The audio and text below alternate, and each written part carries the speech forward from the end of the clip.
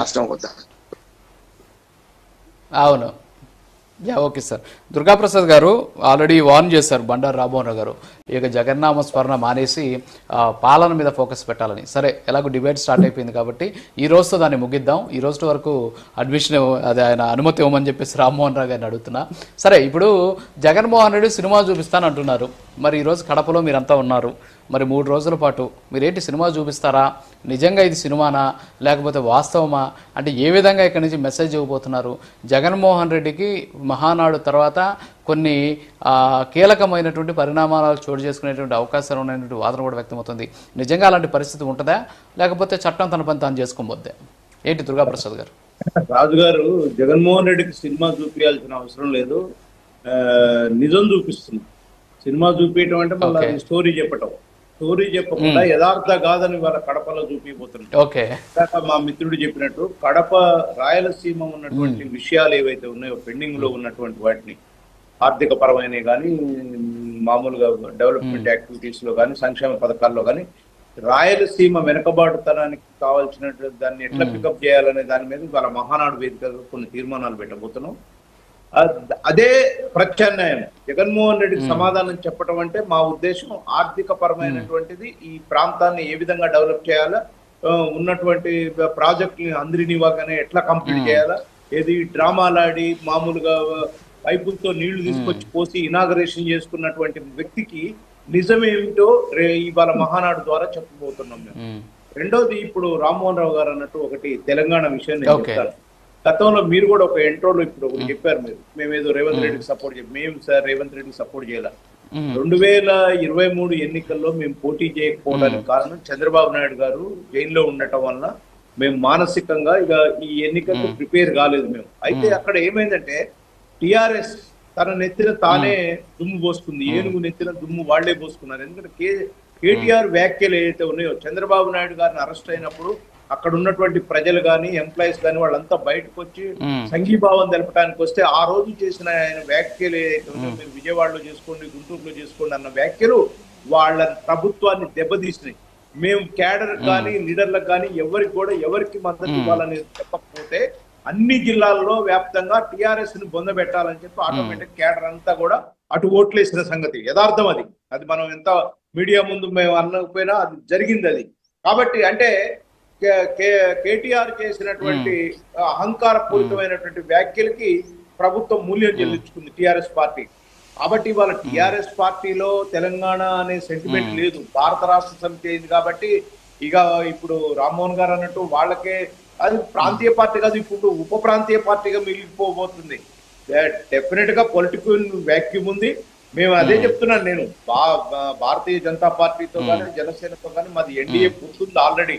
Already ఒక ప్రభుత్వం prove చేస్తుంది. ఇక్కడ ఆంధ్రప్రదేశ్ లో ఎన్డీఏగా ఉండి, కేంద్రంలో ఎన్డీఏగా మేము భాగస్వామ్యంగా ఉండి ఎట్లా డెవలప్మెంట్ డబుల్ ఇంజిన్ సర్కార్ అవుతుందో రేపు తెలంగాణలో కూడా అదే మోడల్ రాబోతుంది. డెఫినెట్ గా ఆ వ్యాక్యూమ్ ఉంది. రామ్మోహన్ గారు అన్నట్టు దాన్ని ఎన్కరేజ్ చేసుకుంటాం మేము కూడా. అంటే మా శక్తి యుక్తి ఎంతో తెలుసు మాకు. కొంత లీడర్షిప్ ఇప్పుడు మహానాడు తర్వాత లీడర్షిప్ ను కూడా వేసుకుంటున్నాం. సంస్థాగత నిర్మాణం మట్టికి ఇప్పటికీ మాదే బాగుంది. ఈవెన్ టిఆర్ఎస్ పార్టీ కన్నా కాంగ్రెస్ పార్టీ కన్నా కూడా సంస్థాగత నిర్మాణంగా తెలంగాణలో ఉన్నాం ఇప్పటికి కూడా. కాబట్టి ఇక ఈ ఆంధ్రప్రదేశ్ విషయానికి వస్తే ఇవాళ రెండు అభివృద్ధి సంక్షేమం రెండు కళ్ళు తెలుగుదేశం పార్టీకి. చంద్రబాబు నాయుడు గారు ఎప్పుడు కూడా ఈ రాష్ట్రం డెవలప్ చేసిన తర్వాత వచ్చిన ఆదాయాన్ని పేదలకు పంచాలనే ఆలోచన ఉంది. ఇప్పుడు ఎన్డీఏ ప్రభుత్వంలో కూడా అదే ఉందండి, అదే కొనసాగుతా ఉంది.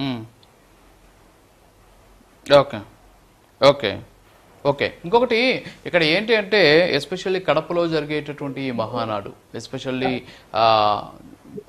ఏదైతే ముఖ్యంగా నారా లోకేష్కి ఈ బాధ్యతలు అప్పచెప్తే, ఇందాక మన రామ్మోహన్ రావు గారు కూడా కొన్ని కీలకమైన అంశాలు లేవనెత్తారు. ఏంటంటే పవన్ కళ్యాణ్కి అలాగే నారా లోకేష్కి మధ్య ఒక గ్యాప్ వచ్చేటువంటి ఛాన్సెస్ ఉన్నాయేమో అనేటటువంటి అంశాన్ని కూడా లేవనెత్తినటువంటి పరిస్థితి. సో అది భవిష్యత్తులో జరిగే ఛాన్సెస్ ఉంది ఒకవేళ ఆయన కానీ ప్రకటిస్తే. సో నిజంగా అలాంటి సిచ్యువేషన్ ఉంటుందా? కలిసిపోకపోతే మాత్రం ఖచ్చితంగా మళ్ళీ ఇబ్బందులు పడాల్సినటువంటి సిచ్యువేషన్ ఉంది. అది జగమెరిగిన సత్యం. దాని మీద ఏమంటారు మీరు? రాజు గారు, నన్నేనా? దుర్గాప్రసాద్ గారు మీరే మాట్లాడండి.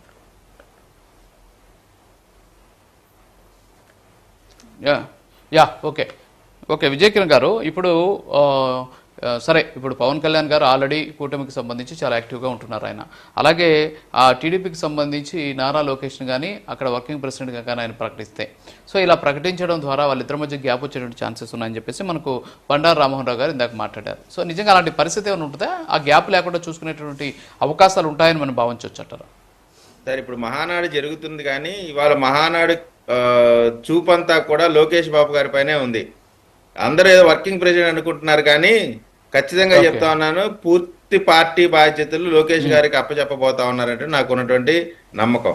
ఎందుకంటే అవసరం కూడా, యువ నాయకత్వం అవసరం. లోకేష్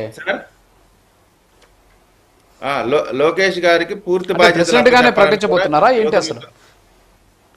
యువత మొత్తం కూడా కోరుకుంటా ఉంది. ఖచ్చితంగా ఆ విధంగా పార్టీ ఆలోచించాలని కూడా కోరుకుంటా ఉన్నాం. ఇక్కడ మా మహానాడుకి ఏంటంటే ఒక ప్రజాస్వామ్యబద్ధంగా ఒక అధ్యక్షుని ఎన్నుకోవటం, రాష్ట్రానికి సంబంధించిన మంచి కార్యక్రమాలు చేసే కార్యక్రమం మా మహానాడు. ఎంత చెప్పకూడదన్నా సరే జగన్మోహన్ రెడ్డి గారి పార్టీ గురించి చెప్పకుండా రాజకీయాల గురించి కూడా మాట్లాడలేం.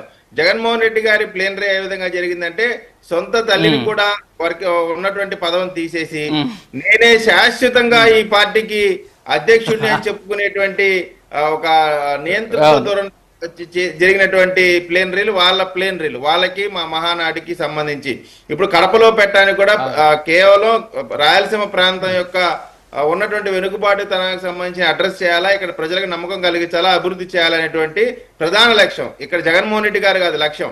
ఇక్కడ ఇంకొకటి ఏంటంటే పవన్ కళ్యాణ్ గారికి లోకేష్ గారికి మధ్య ఇప్పుడు పవన్ కళ్యాణ్ గారు స్వయంగా చెప్పారు, రాబోయే 2-3 ఎన్నికల్లో కూడా మేము కలిసే ఉంటాము. చంద్రబాబు నాయుడు గారి ఎక్స్పీరియన్స్ కానీ వారి విజన్ కానీ ఈ రాష్ట్రానికి అవసరం. ఎందుకంటే విధ్వంసానికి గురైనటువంటి ఈ రాష్ట్రం మళ్ళీ గాలిలో పడాలంటే అది ఆషామాషి విషయం కాదు. చంద్రబాబు నాయుడు గారే సమర్థవంతమైన నాయకుడు, ఆయనే ముఖ్యమంత్రిగా కూడా ఉండాలని చెప్పారు. అంటే ఇప్పుడు చూడండి ఎంత నిస్వార్థంగా రాజకీయాలు నడుస్తా ఉన్నాయంటే, రాజకీయం జనరల్ గా అందరి డెస్టినీ ఎట్లా ఉంటుందంటే నేను ముఖ్యమంత్రి అవ్వాలని కోరుకుంటా ఉంటారు. కానీ రాష్ట్ర అభివృద్ధి ముఖ్యంగా ముందుకు వెళ్తున్నటువంటి ఈ కూటమి నాయకులు ఎక్కడా కూడా ఒకరికొకరి మధ్య గ్యాప్ వచ్చేటువంటి పరిస్థితి లేదు. ఆ అవకాశం కోసం ఎదురు చూసినటువంటి వైఎస్ఆర్ కాంగ్రెస్ పార్టీకి అసలు అదంతా కూడా వారు ఎదురు చూస్తూ ఉంటామే తప్ప మేము విడిపోయేది లేదు, కలిసే ఉంటాము. లోకేష్ గారికి పూర్తి బాధ్యతలు అప్పచెప్పినప్పటికి కూడా ఎక్కడా కూడా జనసేన కానీ తెలుగుదేశం కానీ ఎక్కడ గ్యాప్ వచ్చేటువంటి పరిస్థితి లేదు. అఫ్ కోర్స్ వయసుని బట్టి ఉన్నటువంటి సమకాలీన రాజకీయాల్లో పెద్దలు విశ్లేషించవచ్చు వారిద్దరికి మధ్య గ్యాప్ రావచ్చని. కానీ ఉన్నటువంటి పరిస్థితిలో ఈ రోజుకి ఇప్పటికీ ఎటువంటి గ్యాప్లు వచ్చేటువంటి అవకాశం లేదు. స్వయంగా చంద్రబాబు గారి నాయకత్వాన్ని కూటమి మొత్తం కూడా ఏకగ్రీవంగా రాబోయే రోజులకు కూడా ఒప్పుకున్నటువంటి పరిస్థితుల్లో ఖచ్చితంగా ఉమ్మడి కూటమి ఈ రాష్ట్రంలో అధికారంలో ఉండబోతా ఉంది. ఉమ్మడిగా అభివృద్ధి చెందబోతా ఉంది. ప్రాంతాల మధ్య వైషమ్యాలు రాకుండా ఇప్పుడు అమరావతి రాజధాని పెట్టినట్టు ఇది ఆషామాషిగా పెట్టలా. ఎటు నుంచి వచ్చినా సరే ఒక పూటలో రాజధానికి చేరుకునే విధంగా సెంటర్ పాయింట్ గా చూసి పెట్టారు తప్ప ఇక్కడ వేరేటువంటి రకరకాల ఆపాదాలు చేశారు మన జగన్మోహన్ రెడ్డి కులం బేస్డ్ గా లేదా రకరకాల. కానీ అటువంటి పరిస్థితి కాదు. కేవలం అందరికీ అందుబాటులో ఉండాలా, సౌలభ్యం, నీరు, అట్మాస్ఫియర్ అన్నిటిని దృష్టిలో పెట్టుకొని రాజధాని నిర్మించారు. ఖచ్చితంగా కూటమి ఈ రోజు మహానాడు కేంద్ర బిందువు మాత్రం లోకేష్ బాబు గారు అనేటువంటి ఎటువంటి అతిశయోక్తి లేదు. ఖచ్చితంగా పూర్తి బాధ్యతలు లోకేష్ గారికి అప్పచెప్పాలని కూడా తెలుగు యూత్ తరఫున కోరుకుంటా ఉన్నాను. ఒక్క మాట రాజు గారు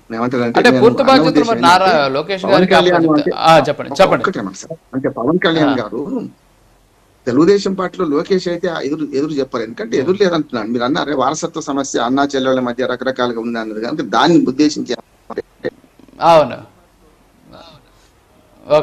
తెలుగుదేశం పార్టీలో లేదు ఎక్కడ కూడా. తెలుగుదేశం పార్టీలో ఖచ్చితంగా కిరణ్ గారు అన్నట్టు ప్రధాన అధ్యక్షుడు కావచ్చు ఒక మాట. దాంతో ఏమైందంటే ఇక్కడ నేను పవన్ కళ్యాణ్ తెలుగుదేశం పార్టీలో ఆయన ఎదుగుతే ఓరవలేక కాదు. కానీ ఇప్పటికే కొన్ని పొరపచ్చాలు ఏమొచ్చినాయంటే, ఒకటేమో డిప్యూటీ చీఫ్ మినిస్టర్ గా మన లోకేష్ కి ఇస్తా అంటే మన అధ్యక్షుడు ఎవరు కాలేదు, ముఖ్యమంత్రి ఎవరు కాలేదు వచ్చింది. దాంతో పాటు పవన్ కళ్యాణ్ పార్టీ ఎదగాలని కోరుకుంటాడు కదా, ఎప్పుడు 2వ స్థానంలో ఉండాలని కోరుకోడు కదా. నేను 4 ఏళ్ల తర్వాత వచ్చే భవిష్యత్తు ఏమంటానంటే తెలుగుదేశం పార్టీ లోకేష్ వ్యతిరేకం కాదు ఆయన, కానీ తన పార్టీ ఎదగాలనుకోకుండా దానికి కొన్ని అవకాశాలు కూడా ఉన్నాయి అంటున్నారు. ఉదాహరణకు వైసీపీకి రాజీనామా చేసిన మన విజయసాయి రెడ్డి ఏమన్నారు, నాకు లోకేష్ మన పవన్ కళ్యాణ్ చాలా బెస్ట్ ఫ్రెండ్ అన్న కదా. ఇవాళ ఏమైందంటే జనసేనలో చేరుతున్న వాళ్ళందరూ వైసీపీ నుంచి పోయిన చేరుతున్నారు. వైసీపీ నుంచి పోయిన వాళ్ళందరికీ తెలుగుదేశం డెస్టినీ కాదు. ఎందుకంటే పరస్పర శత్రుత్వం, రెండు వైరుధ్య భావాలు గల వాళ్ళు కనుక ఇప్పుడు రేపొద్దున వైసీపీ నుంచి కొందరు చేరిన వాళ్ళు ఎవరైనా ఉంటారు.